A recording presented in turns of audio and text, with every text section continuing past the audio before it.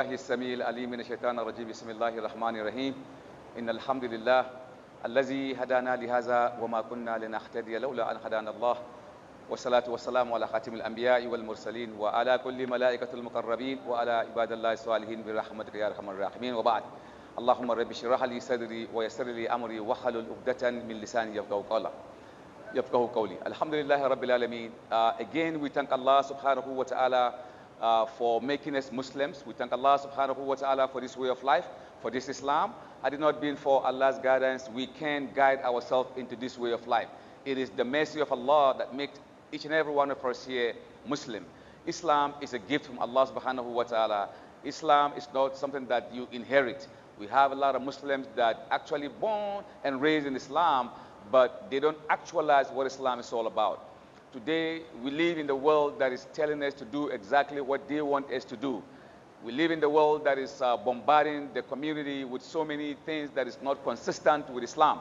We live in the world that is all the time hampering the Islamic community to dislodge the Muslim from the roots where Allah have established our feet.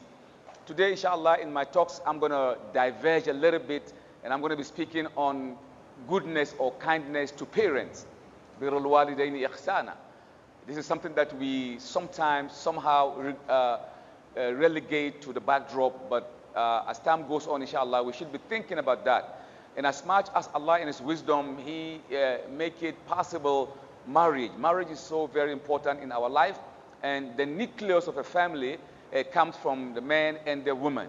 Each and every one that you know here came from the twain. And the twain is those who actually made it possible through Allah's wisdom and mercy that we existed. And so therefore, there is one injunction in Surah Al-Bani Israel where Allah in His wisdom begin by saying, وَقَضَى رَبُّكَ أَلَّا تَعْبُدُوا إِلَّا إِيَّهُ. Allah have make it very clear. Very clear. It is called succinct. Succinct is something that has been made. It's sort of like an axiom, or maybe we can say it is, if you will, a legislation from Allah subhanahu wa ta'ala. Allah have established without any doubt that there is no one that deserves to be worshipped except Him and Him alone. You can't worship anything. You can't do anything that belongs to Allah to somebody else. So Allah established that from the very beginning. وَقَضَى رَبُّكَ أَلَّا تَعْبُدُوا إِلَّا إِيَّهُ. There is no one that deserves to be worshipped but Allah. Then Allah made a statement again. وَبِالْوَالِدَيْنِ إِحْسَانًا. To your parents, be kind to them. Be good to them. According to exegetes, those who specialize on Quranic interpretation, they are telling us that this very word, وَبِالْوَالِدَيْنِ إِحْسَانًا, the way ihsana cannot be equated to say, be good to them, be helpful to them, be of servitude to them, or attend them. The word ihsana to the parent have actually, lost in the English word. There is no way that we can get the exact meaning of what Allah actually intend by sending that particular phrase. We should be ihsanan to our parent.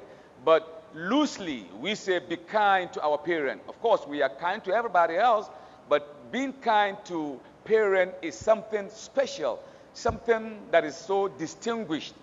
وَبِالْوَالِدَيْنِ إِحْسَانًا. Then Allah says something again. إِمَّا يَبْلُغَنَّ إِنْدَكَ الْكِبَرَ أَحَدُكُمَا أَوْ كِلَاهُمَا. If one of them become old, or both of them are old, in fact, that is the time that you should exert your energy more into taking care of this parent. Because if you remember, they took care of you when you were growing up. You can't even walk. You were stumbling. You don't know exactly what you go through. They were patient with you. You cry a lot, especially me. I was told that I cry a lot for no reason when I was growing up. So these are the parents, they were patient with us. They took us to the hospital. You can't even speak, but you begin to cry. Maybe you are sick. There is some kind of ailment that is bothering you, but the fact that you can't open your mouth and explain to your mom or your dad that this is the situation you are in, they take you to the doctor. They check you out. Maybe it's not, stomach. Maybe it's some kind of different sickness. They expand all their wealth, moving up and down to make sure that you are in good position. Health-wise, you are good. And now that you can walk, You can talk. You become whoever you are. Guess what? They become old. They exert all their energy to take care of you. Now they are old. It is your duty. وَبِالْوَالِدَيْنِ إِحْسَانًا إِمَّا يَبْلُغَنَّ عِندَكَ الْكِبَرَ أَحَدُكُمْ أَوْ كِلَاهُمَا. If they are old, I don't believe in the concept of taking the old to the house of the old. It's like neglecting them. It's like isolating them. It's like they are like a stumbling block in front of you. But Allah said, no, in Islam, really, there is nothing like the nursing home syndrome. Absolutely not. Because I worked in the hospital long time, many years ago.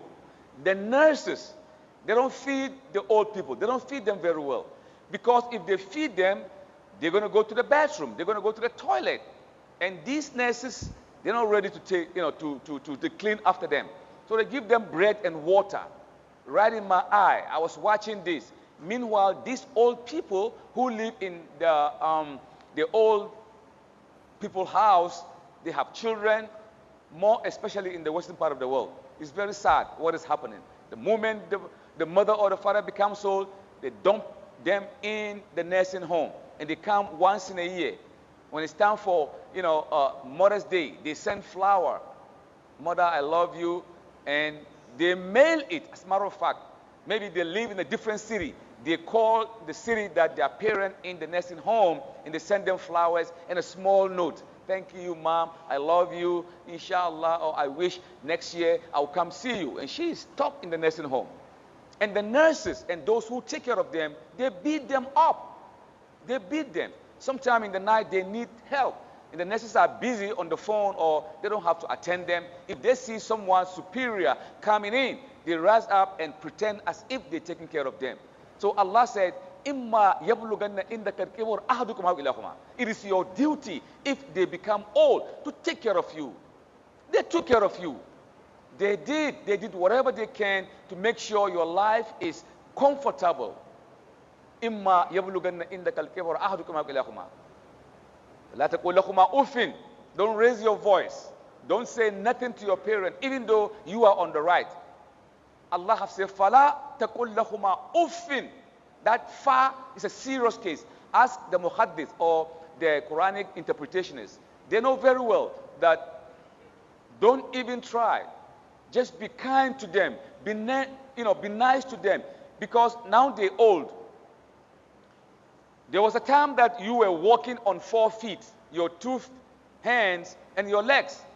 You can't even walk. Are you falling, or are you standing? Are you this and that? Now you are steady on the ground. You hold the ground, you can walk. Now they are old. They use a stick to walk. They all bend up. You don't even want to identify your parent because they old and you are polished. You have PhD. You are shying away from them. So Allah is telling you, فَلَا تَقُلْ لَهُمَا أُفٍّ وَلَا تَنْهَرْهُمَا. Or don't repel them. So what do you do to them? وَقُلْ لَهُمَا قَوْلًا كَرِيمًا. Say to them beautiful words, noble words, words that if they hear, they will say, Alhamdulillah for me having such a son or such a daughter.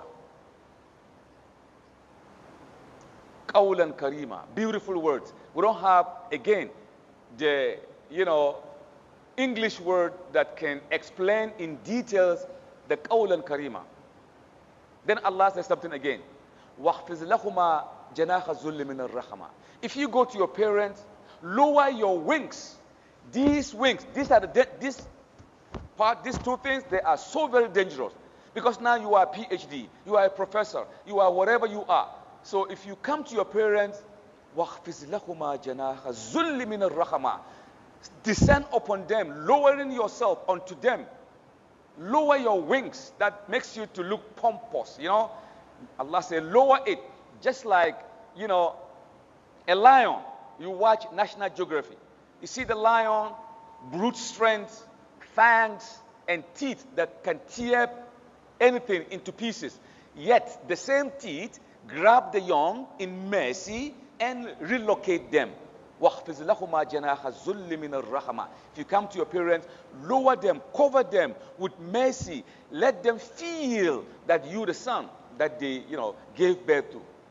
I wish my mom is alive. I so wish that my mom is alive. She passed away 5 years ago. My dad passed away many years ago. I wish they are still alive because now I know a little better how to treat them. But those of you who have your parents alive, you should be thankful to Allah. You should be attendant to them. Allah is watching.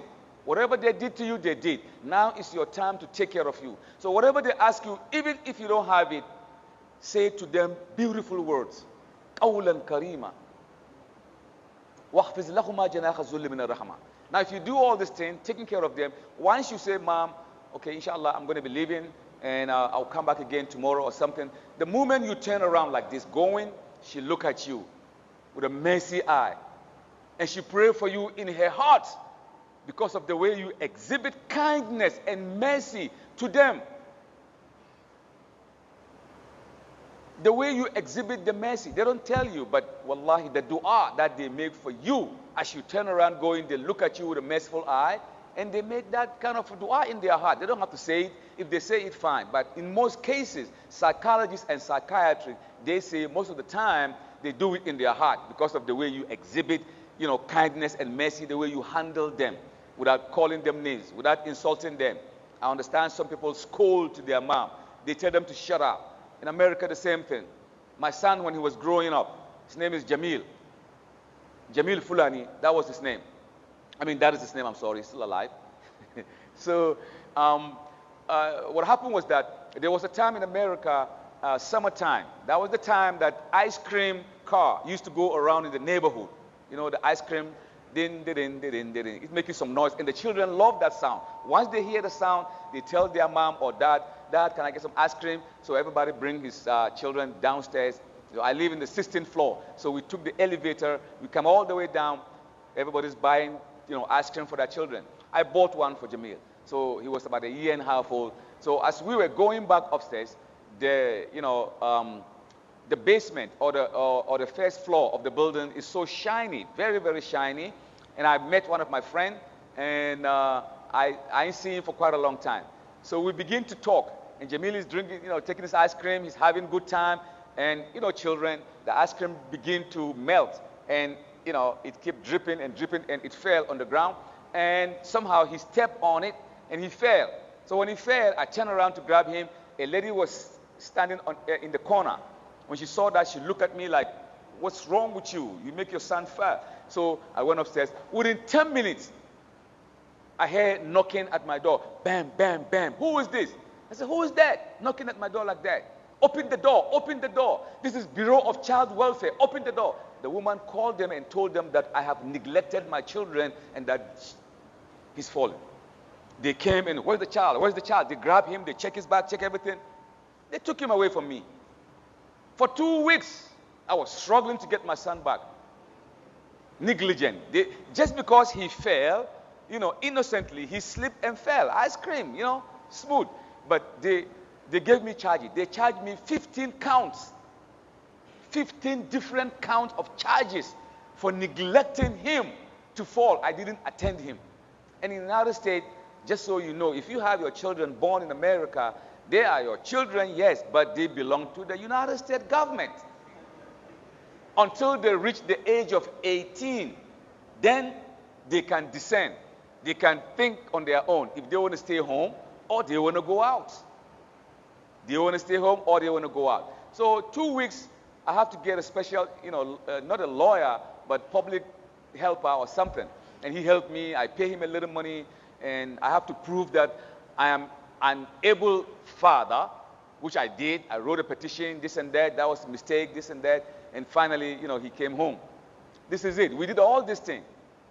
But this is the children. So when they grow, now Allah said in the subsequent verse that if you can't do all these things that I've just mentioned about, after your salat, raise your hand and you say, Allahumma rabbi irhamhuma kama rabbayani sagira.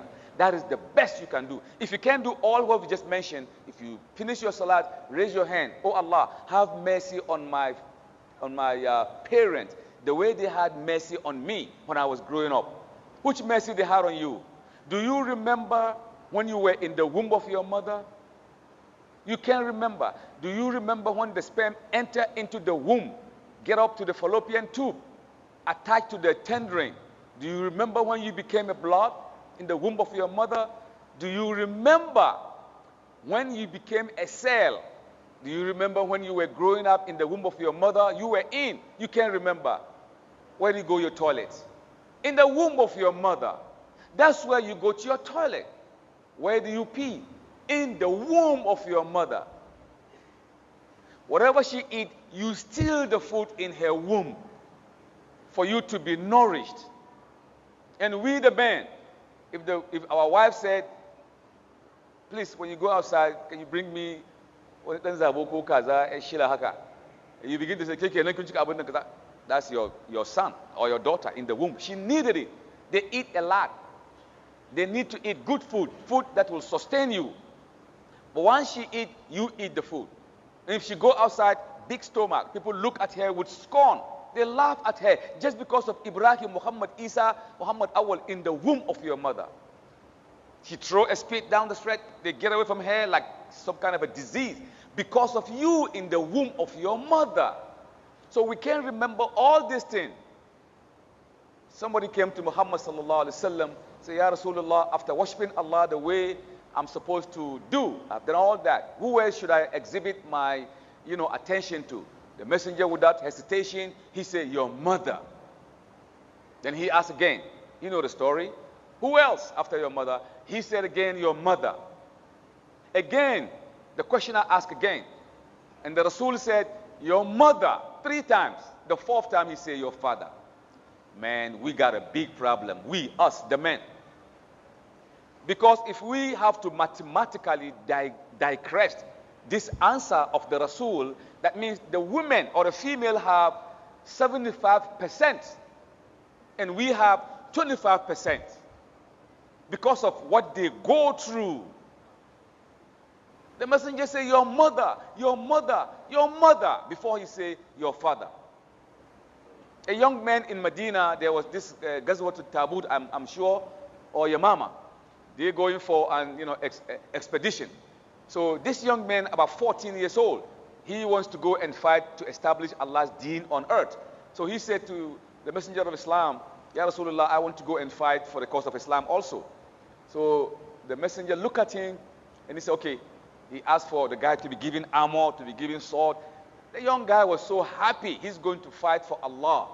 He was so happy. He was jumping and prancing and working himself into frenzy. And then Rasul was watching him. He said, come here. Are your parents alive? He said, yes, Ya Rasulullah. He said, then go and exhibit jihad for them.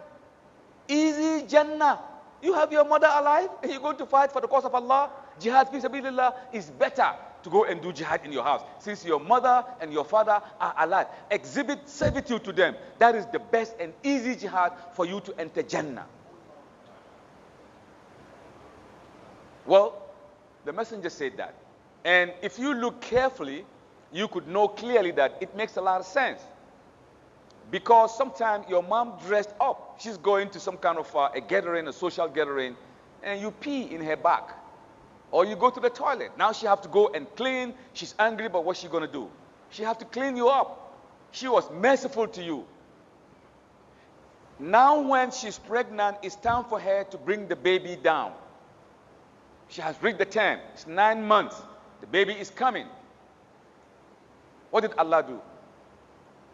Summa sabila yassarahu. Allah make it easy for you to come down.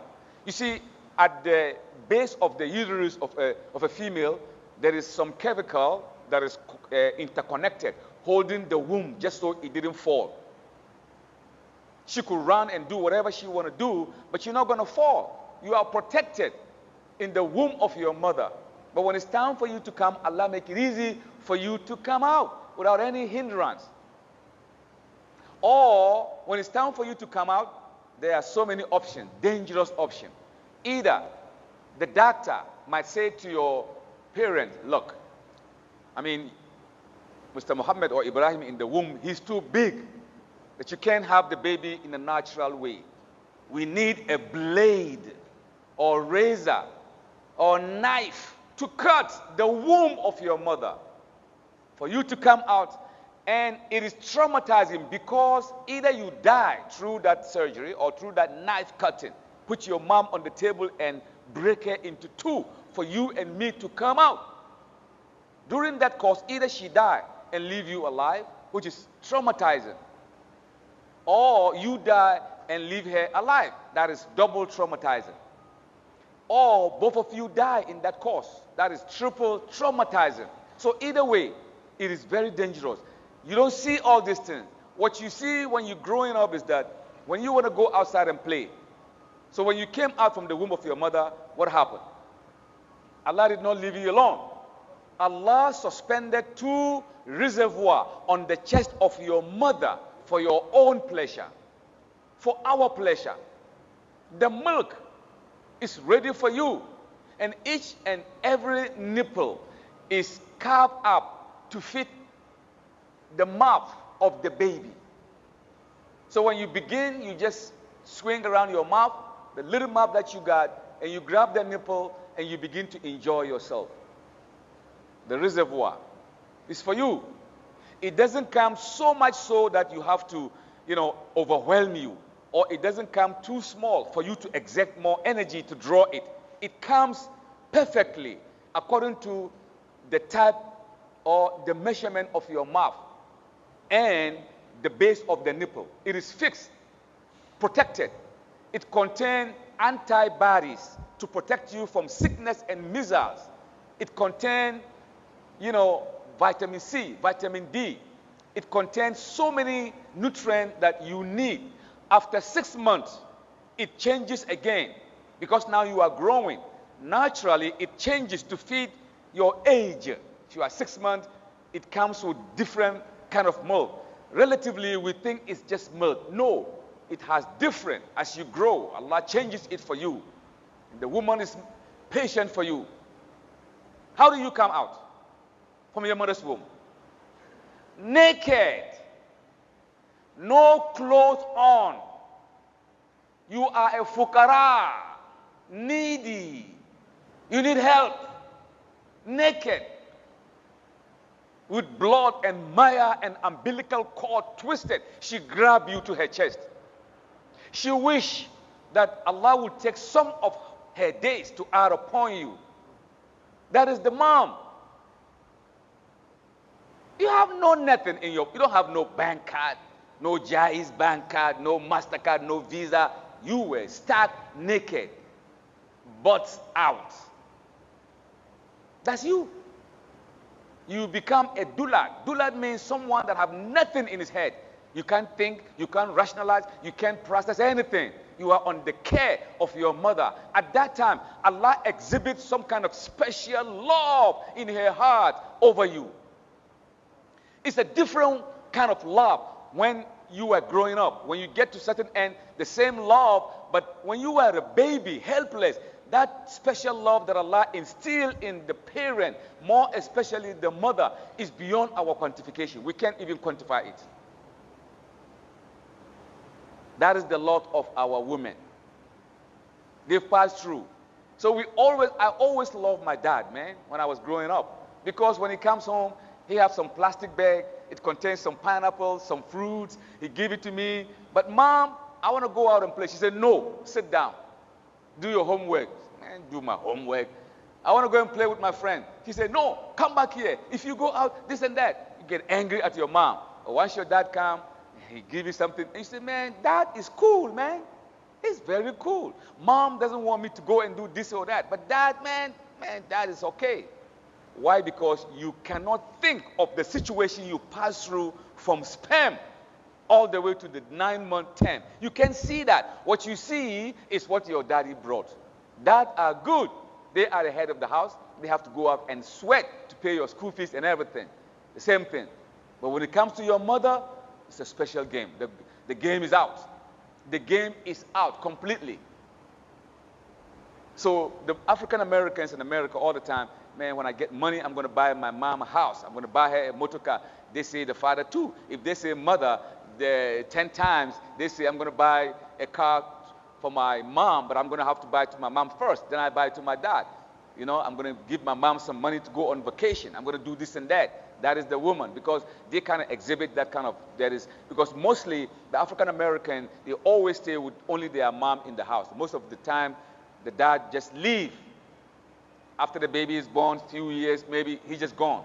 So 80% of the women in America, more especially the Spanish and the black Americans, it is the mother that took care of them.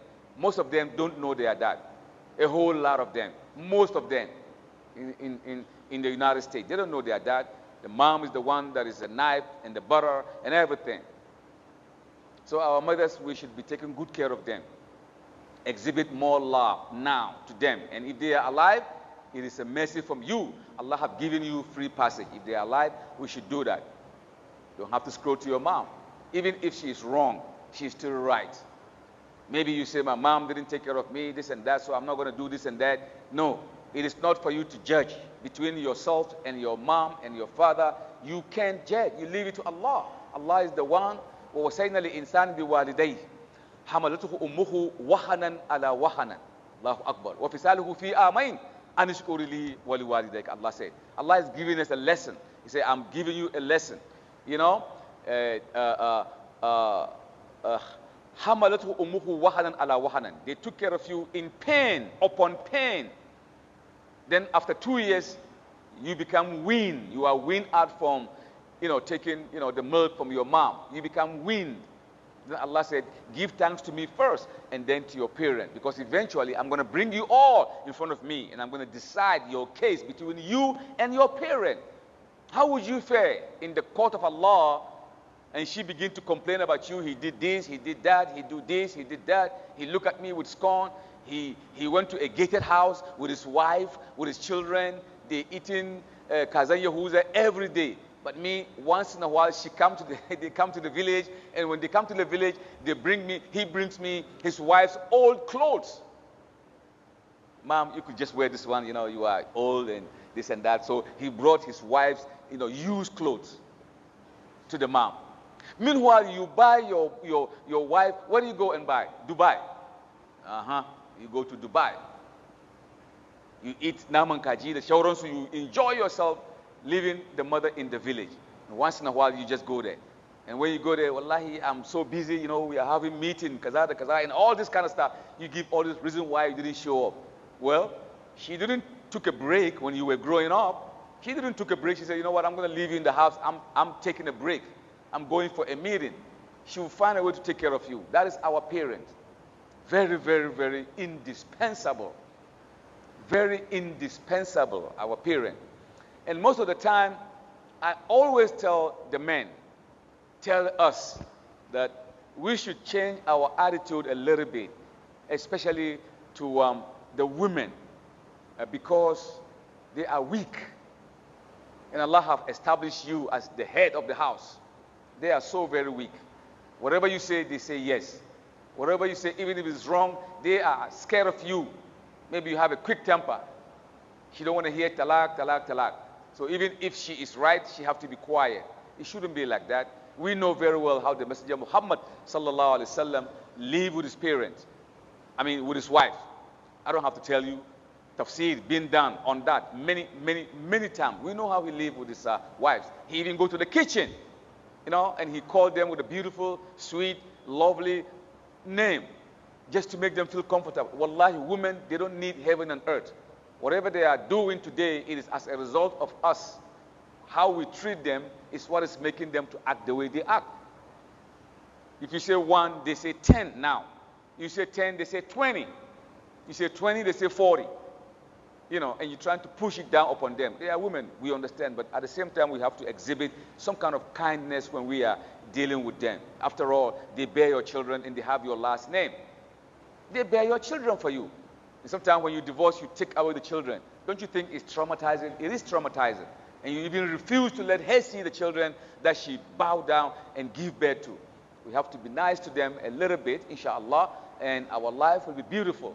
We should forget about the divorce. Don't think about the divorce. Don't think she's old right now. I'm going to have to get me a young woman. You old too, but women's system is so very different. The women, they begin to have children first, second, third, fourth, 5, their system kind of change. They develop bulges in their stomach. They develop so many things and they lose shape. If they don't take care of themselves, they lose shape so fast.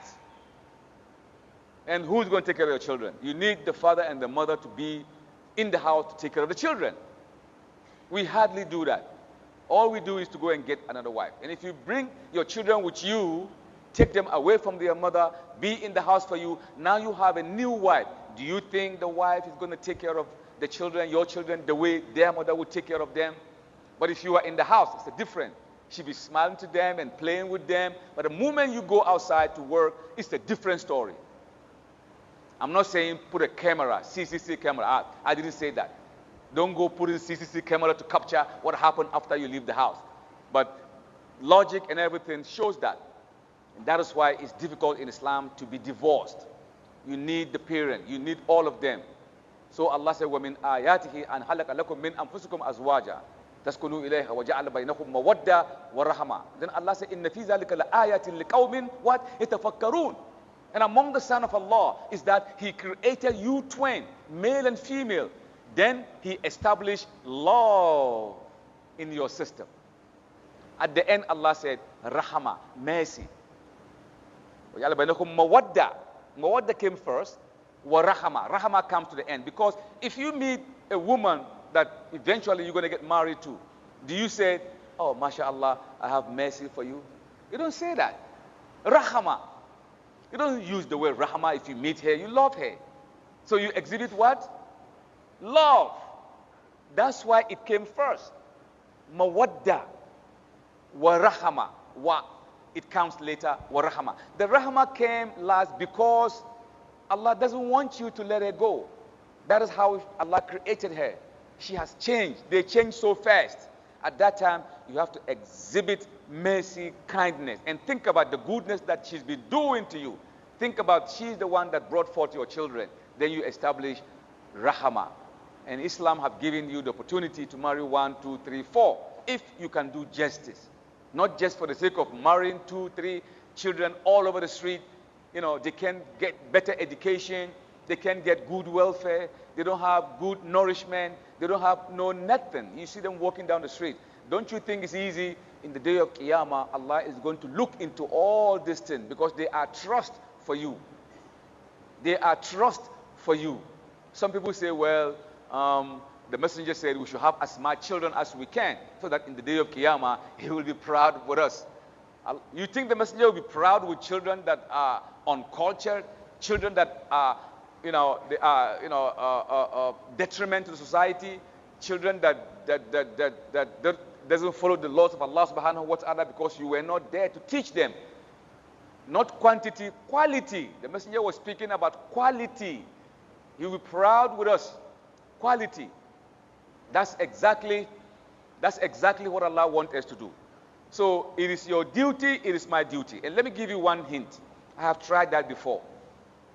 Make sure there's nobody here. It's between us and you. Come closer. I'm coming closer. You know, my wife, I have 2 wives. The other one is in Kano right now as I'm speaking. There's another one in America.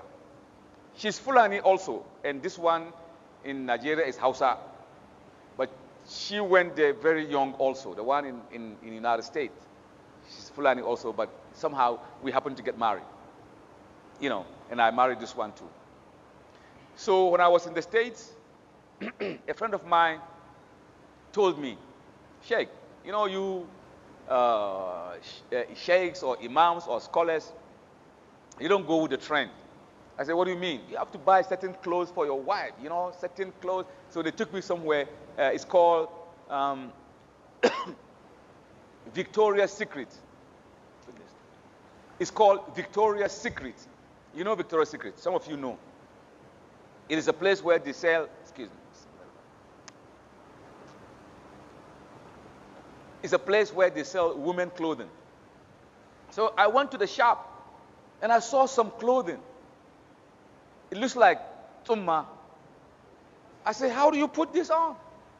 Is it torn or? He said, no. And it's very expensive. $150. I said, this? I don't know how they're going to put it on. But they said, man, just try it. So I bought one. And I came to the house and I said, look, this is for you. She looked. She said, for me? Subhanallah, what? I said, just let me see. Just put it on. She put it on. And she said, okay, you can come in. I went in. Subhanallah, inna lillahi wa inna. Ayabu hakeke. I was like, what? It's a clothes. She put it, but it's like, oh my God, I can't, like that. Later, I developed interest. I said, you know what? This is cool, man. I think I'm going to buy you some more. It kind of spice up the marriage life. In doing that, you inject new spirit in your love. It is as if you've just get married. Wallahi. Try it, man. Once in a while. Don't be cooking abandang tuwon dawa ko burabusko da miyan kuka da abandang da mai shanu. It's good. In fact, I prefer more of burabusko. If I come to Africa, I don't eat any continental food. I eat the local food. Because I eat that all the time. So when I come down, I want to eat something different again. I was nurtured in this kind of food. Once in a while, take your wife outside to the ice cream parlor. Yes. You're telling me, nah, try it. Don't go like that. I'm serious, man. Take her out. Buy her ice cream. The environment is different.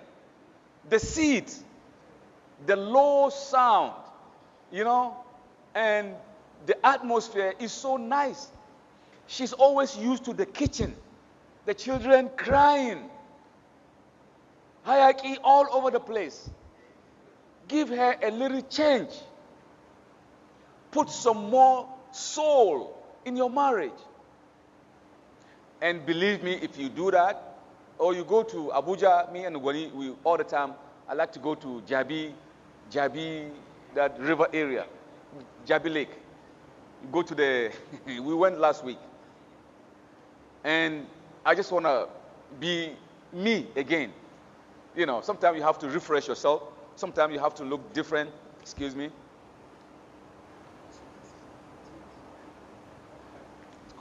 Okay. A few minutes. So we went there. And I realized, okay, I'm going to have to bring my wife here too. So she came there and we buy this and that, holding her hand, walking. I'm telling you, that day when we came back home, I don't know what happened, man. I'm not going to tell you what happened. Hey, don't ask me, because I ain't telling you nothing. Yep, I'm not telling you, because everything was like new.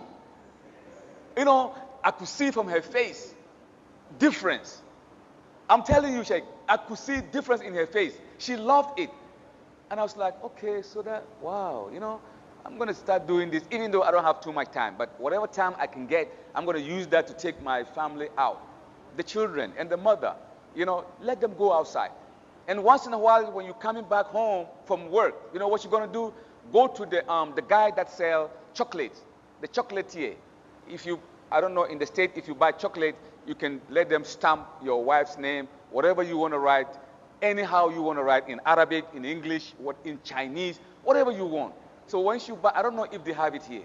You buy the chocolate and you tell the chocolatier to print, I love you, or honey, this is for you, something that will spice up your life.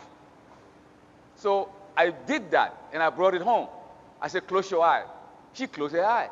I said, don't open your eye. So I gave it to her. How many minutes I have? Tell me, write me how many minutes. I got 5 minutes. Okay, so what happened was that I gave her the chocolate and she said, for me, she saw her name. It's chocolate, but the name that I let them wrote on the chocolate make a big difference. That means I'm thinking of her. And tell her you love her. Wallahi, that one word, I love you. I know the imams and sheikh, they give this lecture a lot. But it is true. Because I personally, I have tried that. Once you say you love her, she said, I'm like, I didn't even wonder myself. Wallahi, because it's something you don't do. So you think, well, I'm not, it's different. I mean, just start.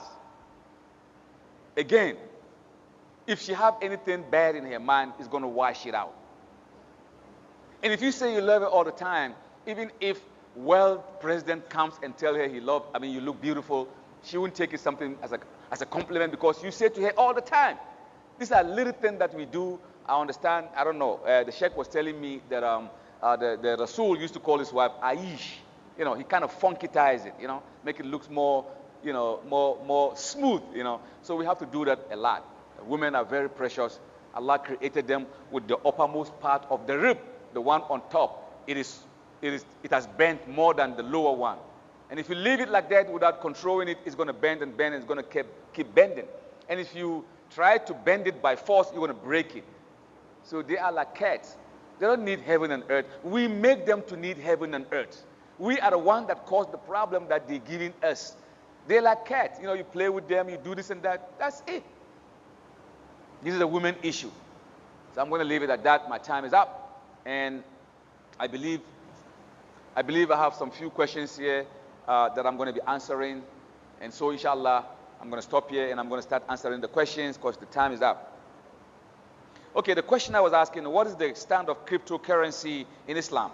Okay, this question, if you go on Facebook, there is a part on my Facebook, there is a place where it's written, ask Sheikh Muhammad Awal. It's a lot of questions that I answer. You know, contemporary questions like this, cryptocurrency, especially I'll deal with that. Especially the students now, you know, internet, globalization, this and that, we need to answer this question. And for sure, there is some community of Islamic scholars in Egypt right now as I'm speaking. They specialize on answering questions like this. And I call one of them because I've been receiving this question for many years. And they were telling me, even among the scholars, there is difference between, you know, how this thing should be equated. It depends how you're going to handle the cryptocurrency situation in Islam. If it is consistent with Sharia, then Islam accepts it clean. If it has any hindrance in Sharia, Islam actually, you know, reject it entirely. So it depends on how the whole thing is being worked out. So the scholars some are saying it's okay, some are saying, well, it is not because of this and that. So it's very tricky, and I will leave it to the ulama to actually deal with that until they get the final answer that is viable to our Islam. Okay, the second question, Assalamu alaikum ya Sheikh. My mother is late. I was born in the 7th month. I did finish up my bed. I don't understand that part. I finished up my bed stage in the glass.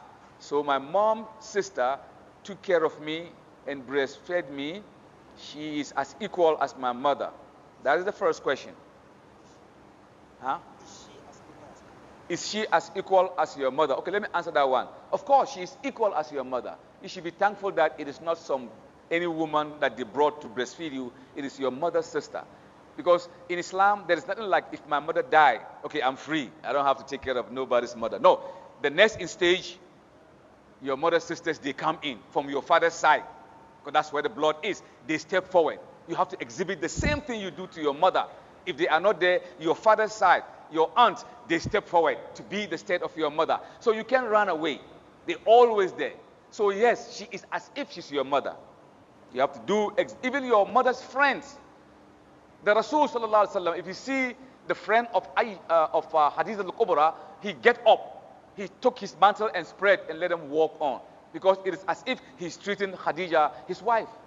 So you can't dodge from that one, my man. Should I obey her advice when she said not to do some good needs and the needs of my father? It is your duty to exhibit goodness to your mother and to your father. It is your duty.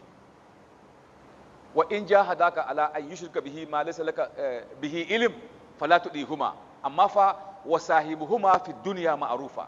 The only way you will reject any of your parents or your mother's brothers and sisters is if they take you away or they show you something that is not good in Islam. فَلَا تُطِعْهُمَا. Look at the word.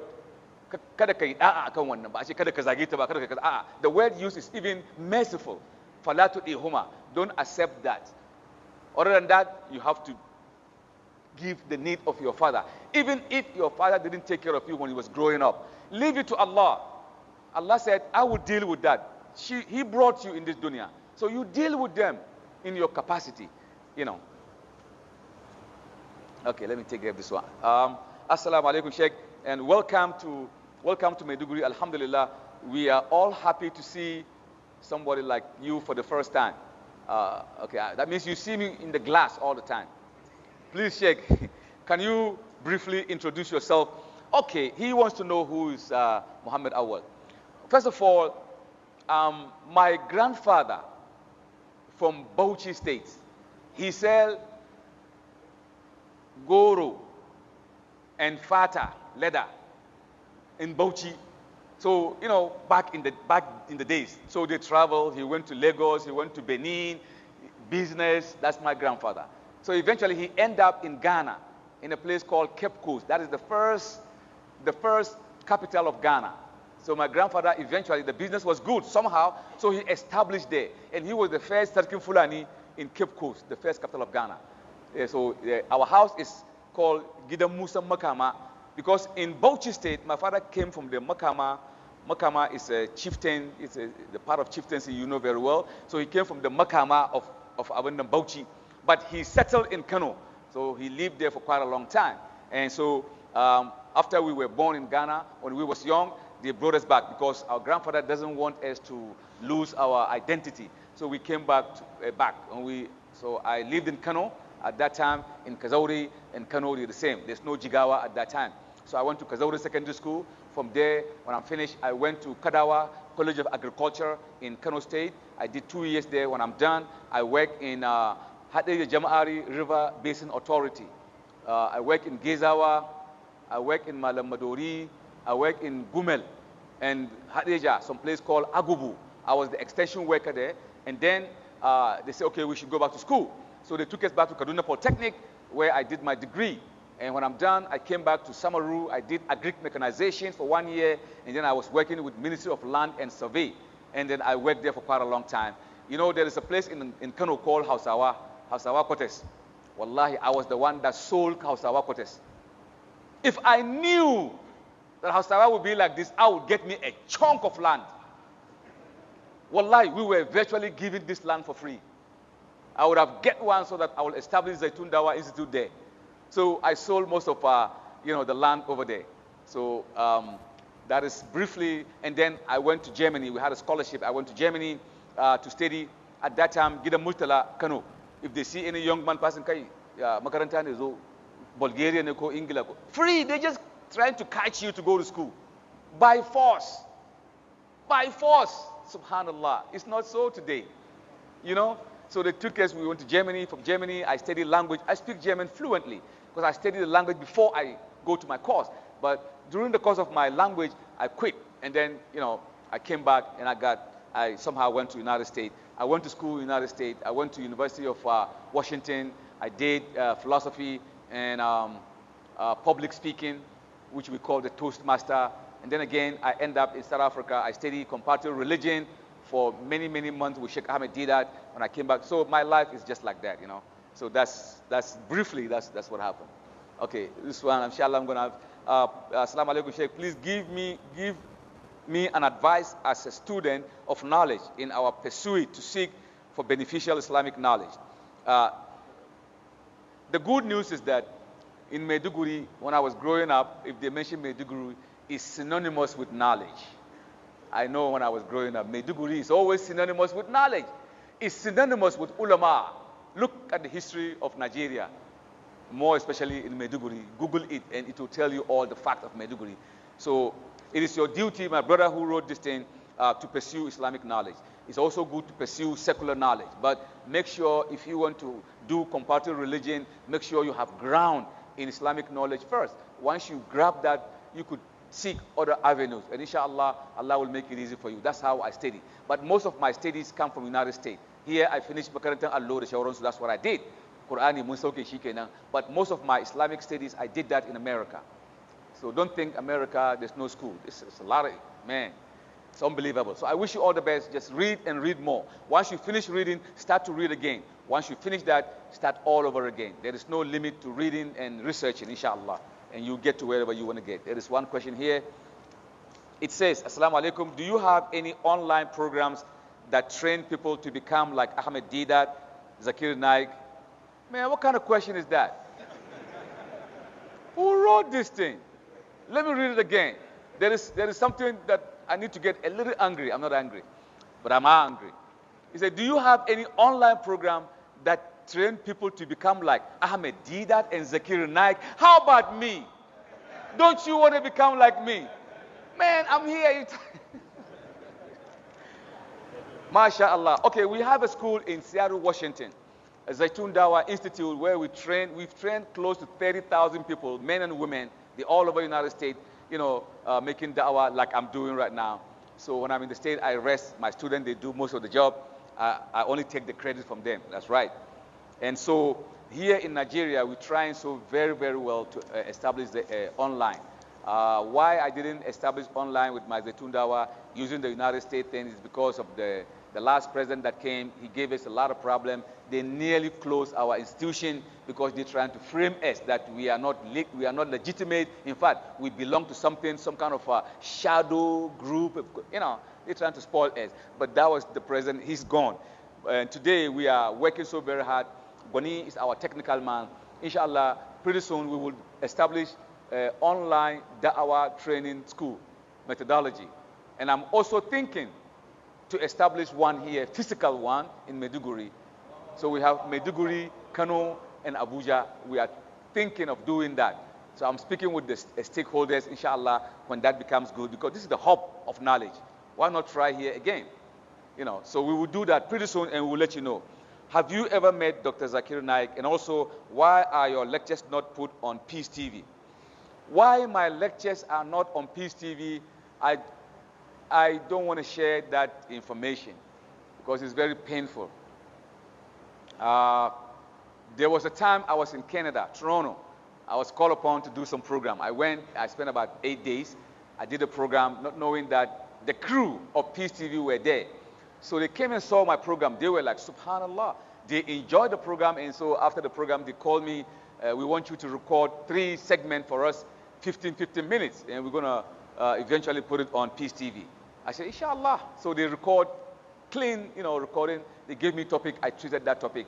And they say in about a week or so, they're going to give me a call to let them know when they're going to put that on.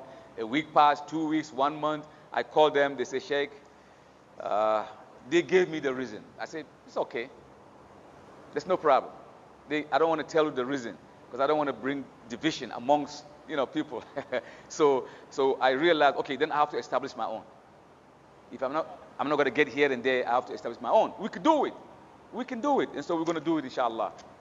Looks like my time is up. There's no more question. As you know very well, I talk too much. That is my job. I talk a lot.